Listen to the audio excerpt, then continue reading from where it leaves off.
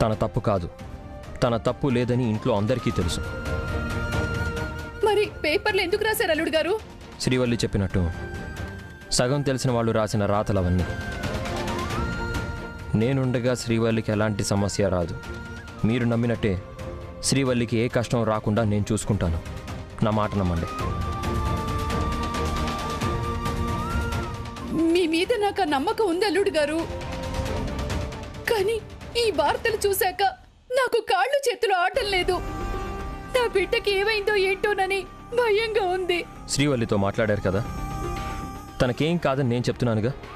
ఇంకా ఏంటత్తయ్యా మీరు? బాబు, ఎక్కడో మారుమూలను ఉండేవాళ్ళం. వీధిలో నలుగురు ఒక మాట అనుకున్నారంటేనే ప్రాణం పోయినట్టు బాధపడతాం.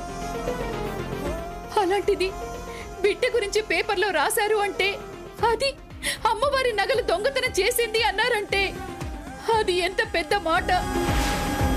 చెయ్యని తప్పుకి అలా ఎలా రాస్తారు అల్లుడు గారు? ఇది మీకు ఫోన్లో చెప్పేది కాదత్తయ్య. మేము వస్తాం. వచ్చాక ఏం జరిగింది ఏంటనేది అన్ని వివరంగా చెప్తాం.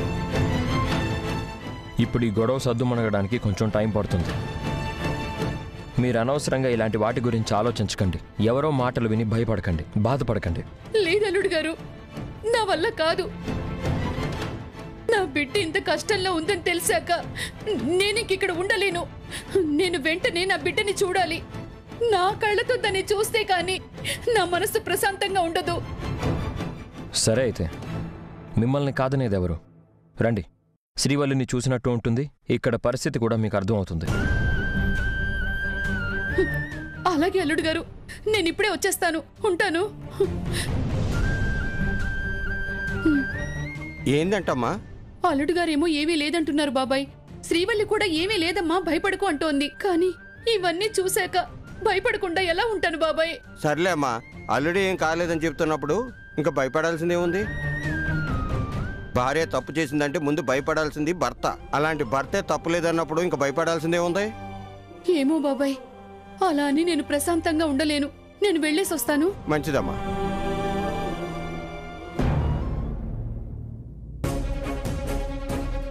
అత్తయ్య, మావయ్య, బావా, అందరూ రండి, తొందరగా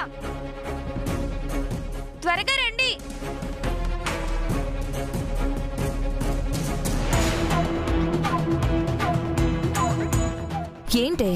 ఏంటి అరుపులు? ఇందులో ఉన్నది చూస్తే అరుపులు కాదు, ఏడుపు వస్తుంది.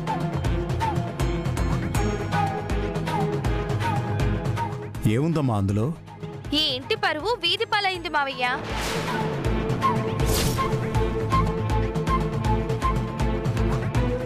ఏం జరిగిందో ఏంటో చెప్పకుండా ఏంటి సత్య? చెప్పాల్సిన పనిలేదు బావా. మీరు ఎప్పుడు వెనకేసుకొచ్చే స్టార్ గారి పేరు పేపర్లో వచ్చింది.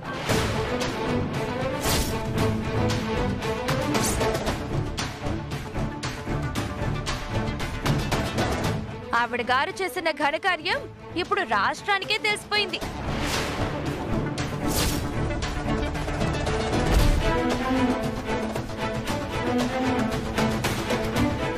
దేవుడి నగలు కాజేసిన ప్రముఖ పారిశ్రామికవేత్త దేవకీ గారి కోడలు.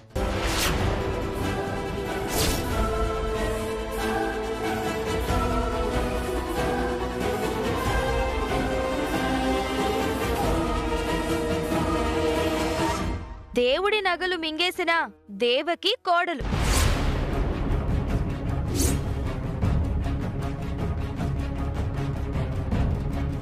అత్తగారు బిజినెస్ క్వీన్, కోడలు బండిట్ క్వీన్.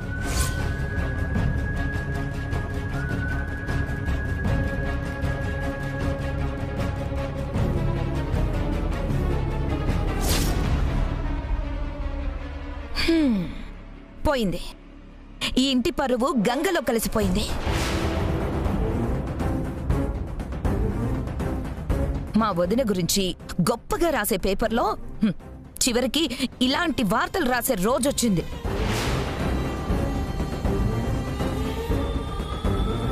ఈ రోజు వరకు అత్తయ్య పేరు చెప్తే ఒక విలువ ఉంది.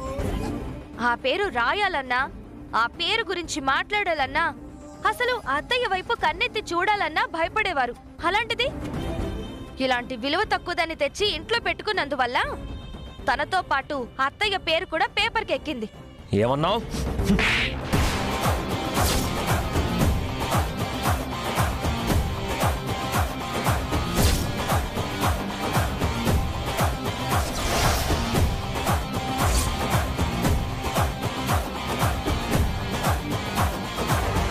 చిన్న ఏంటిది?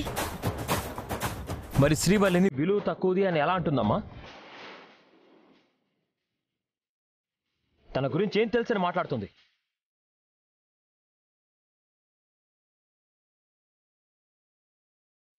ఒక మాట అనే ముందు ఎవరి గురించి మాట్లాడుతున్నాం ఏంటి అనేది ఆలోచించేది లేదా?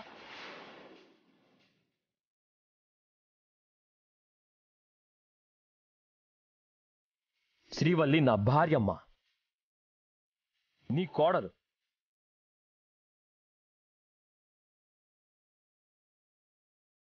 చిన్న, తను నీ భార్య కావచ్చు,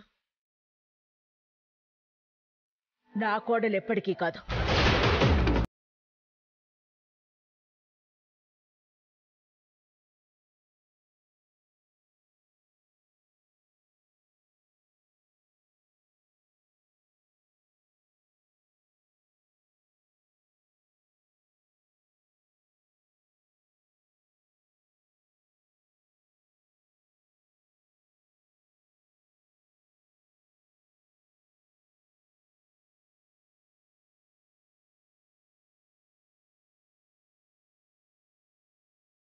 మనమేం చేస్తామమ్మా?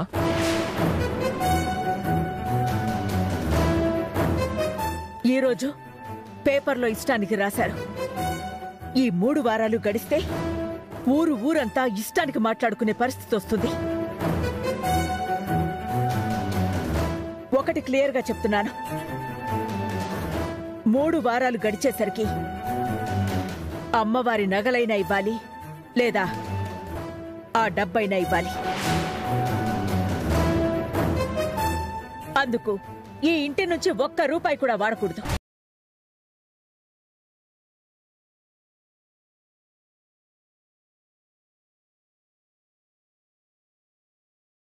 మీ అజాగ్రత్త వల్ల పోయిన నగలు తెస్తారో లేదా అంత డబ్బు సంపాదించి ఇస్తారో నాకు తెలీదు.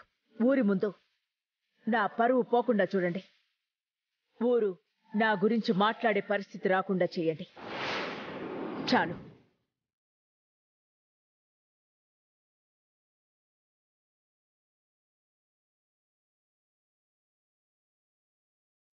ఏంటల్లుడు, నా బిడ్డను పట్టుకుని అలా కొట్టావు? నీ వల్ల పీటల మీద పెళ్ళ ఆగిపోయినా అది నా బావా అంటూ పిచ్చిదాన్లా నీ చుట్టూ తిరుగుతుంటే అలా చేయి చేసుకుంటావా?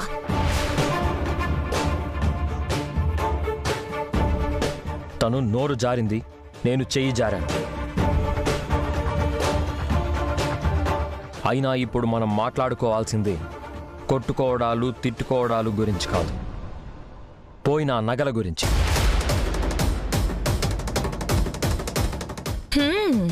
ఇంకెక్కడి నగలు? ఆ నగలు తీసుకెళ్లిన వాళ్ళు వాటిని ఎప్పుడో మాయం చేసుంటారు.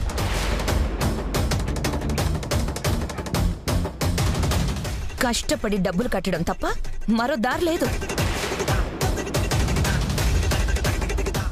2 కోట్లంటే మాట్లా?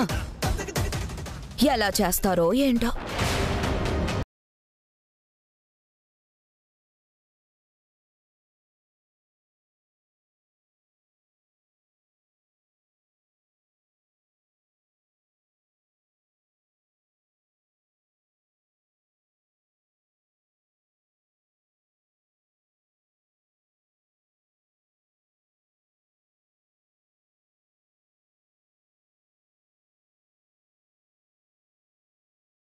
రెండు కోట్లు ఏం చేసి సంపాదిస్తారు? మీ అమ్మకి సంబంధం లేకుండా నా పేరు మీద మా నాన్నగారు ఇచ్చిన ల్యాండ్ ఉంది. అది అమ్మేసి ఆ డబ్బులు కట్టేయండి.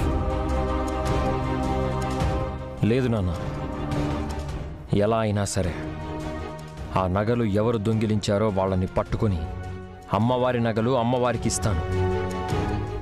అమ్మ పరువు కాపాడతాను. అవు మావయ్య, ఆ నగలు ఏడికి పోవు. ఈ 3 వారాల్లో ఆ నగలు ఏడున్నా ఎవరు తీసుకుపోయినా వాటిని బయటికి రప్పిస్తాం. అసలు దొంగల్ని పట్టించి ఈ ఇంటి గౌరవం కాపాడతాం. డబ్బులిస్తే నగలు గాజేసి అందరికీ తెలిసేసరికి డబ్బులిచ్చిండ్రని బాగేటోళ్ళు మస్తు మంది ఉంటారు. ఆ అవకాశం ఒక్కరికి కూడా ఇయ్యకూడదంటే ఆ అమ్మవారి నగలు ఎవరు కొట్టేసిండ్రో వాళ్ళని పట్టుకోవాలి. గా నగలు అమ్మవారికి అలంకరించేటట్టు చేయాలి. గప్పుడే మేడం గౌరవం నిలబడుతుంది. మీరనుకున్నది జరిగితే మంచిదేనమ్మా. జరుగుతుంది నాన్న.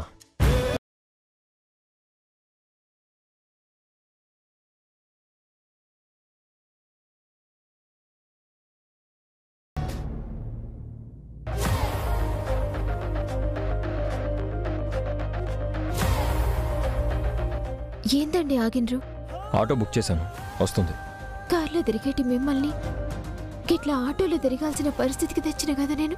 నిన్ను కాదని మనం కార్లలో తిరిగినప్పుడు ఇక్కడేదో అలజడిగా ఉండేది.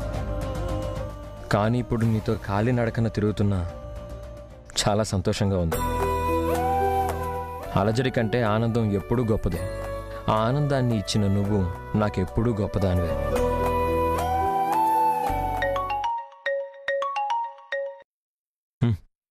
చెప్పరా సామ్రాట్. మేము అన్ని విధాలుగా ట్రై చేస్తున్నాంరా, కానీ ఎక్కడ ఏ చిన్న క్లూ కూడా దొరకట్లేదు. మన శ్రీవల్లి ఆ వచ్చిన వాళ్ళని గుర్తుపట్టగలదా? శ్రీవల్లి, ఆ రోజు నగలు తీసుకెళ్ళడానికి వచ్చిన వాళ్ళని గుర్తుపట్టగలవా? గుర్తుపడతా. అమ్మా శ్రీవల్లి, వాళ్ళు ఎలా ఉంటారో ఏంటని నువ్వు కొంచెం డీటెయిల్స్ చెప్పావంటే దాన్ని బట్టి నేను స్కెచ్లు వేయించి అన్ని స్టేషన్స్కి ఫార్వర్డ్ చేస్తాను. దానివల్ల దొంగలు తొందరగా దొరికే అవకాశం ఉంటుంది. అట్నే చెప్తా. ఆ రోజు ఇంటికి ఎంతమంది వచ్చారు? వాళ్ళు చూడటానికి ఎలా ఉన్నారు?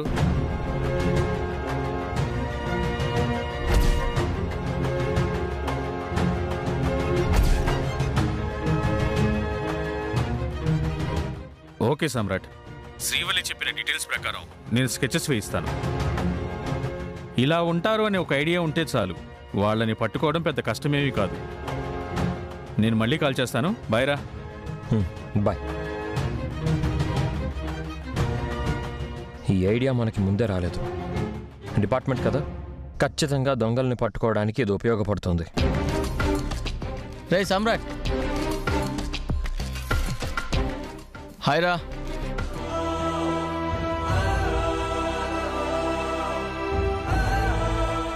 ఏమండి ఈయన? హే మర్చిపోయావా? సామ్రాట్ వరంగల్లో పెద్ద కాంప్లెక్స్ ఉండేది. టౌన్లోనే బెస్ట్ శారీ కలెక్షన్ అంటే వీళ్ళ షాప్లోనే ఉండేవి.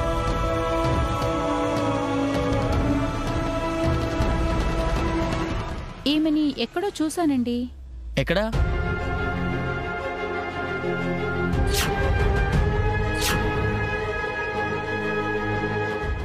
తను ఏదో అమ్మవారి ఊర్లో నగలు దొంగతనం చేసిందని పేపర్లో చూశానండి. వీళ్ళకా మీరు ప్రాజెక్ట్ అప్పచెప్పాలని చూస్తున్నారు? నీకు తన గురించి తెలీదు. తెలిసేదేంటండి, ఏకంగా పేపర్లోనే వస్తే? ఇలాంటి వాళ్లతో డిజైన్ చేయించుకుంటే రేపు నలుగురిలో మన పరువు పోతుందండి.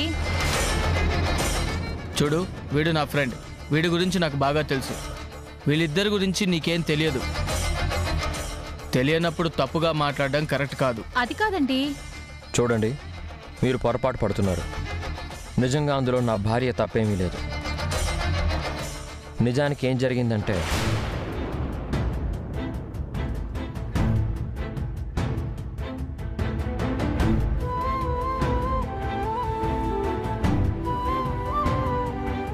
రేయ్, అవన్నీ నువ్వేం పట్టించుకోకు. నువ్వేంటో నాకు తెలుసురా. వరంగల్లోనే ద బెస్ట్ షాపింగ్ కాంప్లెక్స్ వీడిదే. అది వీడి డిజైన్ చేసిందే. దాని గురించి వీడి ఆర్టికల్ పేపర్లో కూడా వచ్చింది.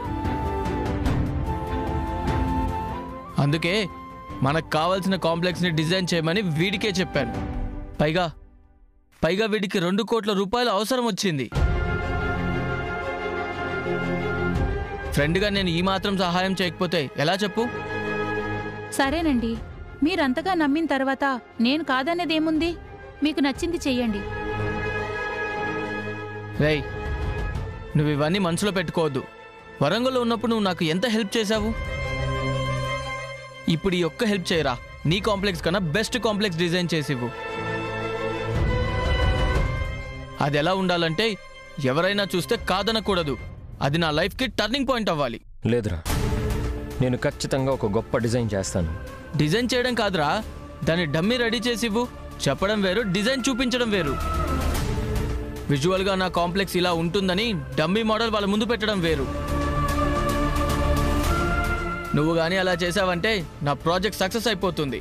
నీకు అమౌంట్ ఇచ్చేస్తా. డబ్బు నాకు అవసరమేరా. అట్ ద సేమ్ టైం నీకు నేను ఉపయోగపడగలిగితే ఫ్రెండ్గా నాకు అంతకంటే ఆనందం ఏముంటుంది? తప్ప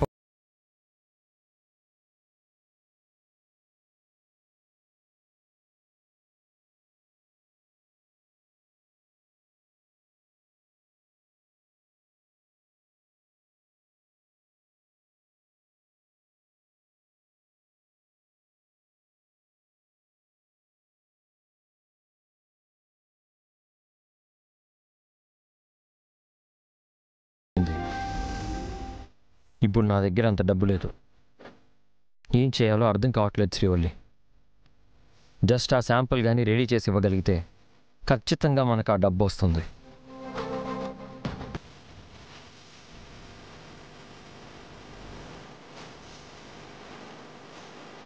దీని గురించి ఆలోచిస్తుండేందండి? శ్రీవల్లి, ఏం చేస్తున్నావు?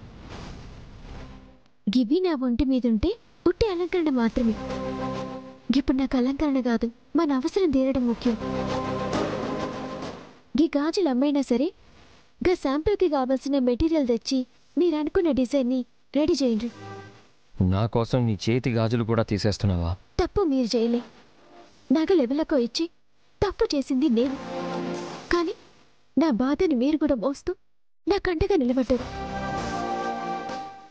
నా మీద మాట పడుద్దని నన్ను దీని నుంచి బయటపడే నీకే కదండి మీరు గింతగానే కష్టపడుతున్నారు. గీసేటప్పుడు కూడా మీకు ఉపయోగపడని గాజులు నాకెందుకు చెప్పరు? అవును శ్రీవల్లి, మనకు ఎక్కువ టైం లేదు. 3 వారాలే టైం ఉంది. ఆల్రెడీ ఒక రోజు గడిచిపోయింది. ఈ కొద్ది రోజుల్లో మనం ఆ దొంగల్ని పట్టుకోవాలి. అలాగే డబ్బు కూడా అరేంజ్ చేసుకోవాలి. నగలు ఇవ్వలేదన్న పక్షంలో డబ్బులైనా ఇవ్వలేదు అంటే అమ్మ మనల్ని ఎప్పటికీ క్షమించదు. పరువు అంటే ప్రాణం ఇచ్చే అమ్మ పంచాయతీలో మళ్ళీ నిలబడే పరిస్థితే వస్తే ఇంకా జీవితంలో మనల్ని క్షమించదు. గందుకే చెప్తున్నాండి, ముందైతే కి గాజులు తీసుకుపోయి పైసలు తెచ్చుకొని గా మెటీరియల్ కొనుండ్రి. అర్జెంటుగా గా మోడల్ డిజైన్ శాంపిల్ రెడీ చేయండి. అలాగే శ్రీవల్లి, కానీ నీ చేతులు బోసిపోయాయి కదా. ఇప్పుడు ఇవి బంగారు గాజులు. మన సమస్య తీరి గా అమ్మవారి దయ వల్ల మన మీద వడ్డ నింద తొలగిపోతే గా రోజు గీ బంగారు గాజులకి వజ్రాలు వడ్డీగేసి వజ్రాల గాజులు చేపిద్దురుగాని, సరేనా? ముందు ఊర్లో పరువు కాపాడుకుందాం. ఆ తర్వాత నీకేం కావాలన్నా చేసిస్తాను. అవునండి, మాట పోతే ఒక మనిషి ప్రాణం పోయినట్టు. గదే పరువు పోతే చచ్చిపోయిన వాళ్ళ కాడ్నుంచి పుట్టే వాళ్ళ వరకు ఈ వంశం పరవే పోతుంది. అట్లెన్నటికీ జరగకూడదు.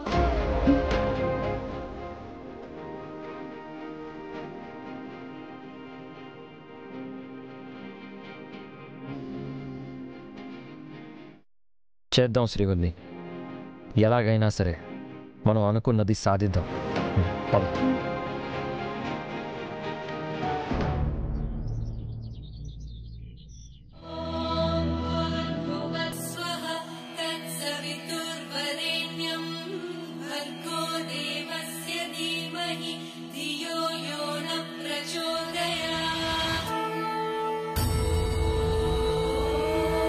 అమ్మా, ఈ బాధలు అవమానాలు కొత్తగా ఉన్నాయి, భరించలేకపోతున్నాను.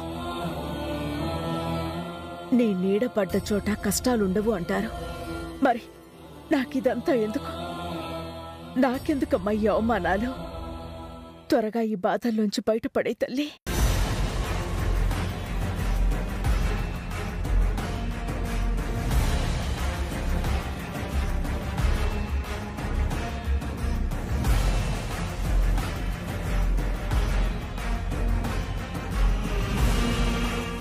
మేడం, నేనేందో మీకు తెలుసు. నేను తప్పు చేస్తానా లేదా అన్నది మీ మనస్సాక్షికి తెలుసు. నా ప్రాణమైనా ఇస్తాను గాని మీ పరువు పోయేటి పని మాత్రం నేను చెయ్యను. నన్ను నమ్మండ్రి. మీ ఇంటి కోడలిగా ఈ ఇంటి పరువు కాపాడు నా బాధ్యత కూడా కదా. ఆ మాట అనను. నువ్వు ఈ ఇంటి కోడలయ్యేది ఎప్పటికీ జరగదు. చివరి నిమిషం వరకు నిజం చెప్పకుండా సత్యతో సామ్రాట్కి జరగాల్సిన పెళ్లి ఆగిపోవడానికి నువ్వు కారణమైన రోజునే నా మనసులో నుంచి నీకు స్థానం పోయింది. మనసులో స్థానం లేదు అన్నప్పుడు ఇంట్లో స్థానం ఉంటుందని ఎలా అనుకున్నావు? ఒక్కటి మాత్రం గుర్తుంచుకో, అమ్మవారి నగల విషయంలో ఊరి పెద్దలిచ్చిన గడువులో 2 రోజులు పూర్తయ్యాయి. మిగిలిన ఈ కొద్ది రోజుల్లో అమ్మవారి నగలు అమ్మవారికి చేరాలి. ఆగిపోయిన ఉత్సవాలు జరగాలి.